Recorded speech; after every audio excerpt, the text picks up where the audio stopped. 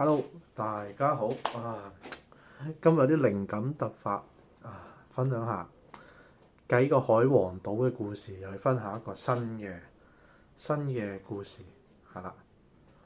咁有3個人設啦，呢度係啦。咁喬巴啦係主角嚟嘅，咁而女帝啦同埋人魚公主，OK。咁人設就係人魚公主咧。人魚公主個戀愛經歷係少嘅，咁而女帝個戀愛經歷係豐富嘅。咁好啦，咁啊呢個主角阿喬巴咧就有啲特別嘅。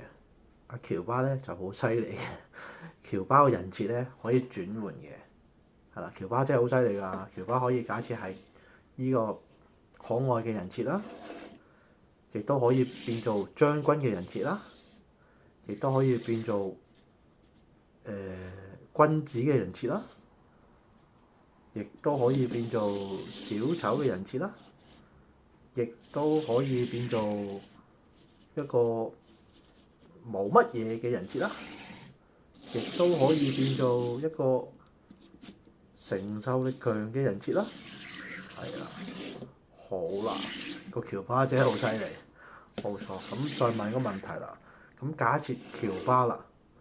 咁你覺得問下啲聽眾，究竟你覺得喬巴佢會選擇揀女帝一個有經歷嘅女帝啊，還是揀個冇經歷咁多嘅人魚公主咧？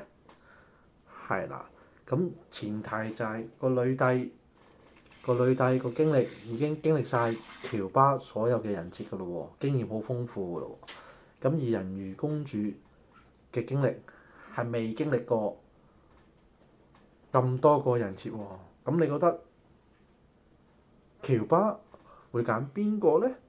咁而女帝同埋人魚公主亦都會揀邊個咧？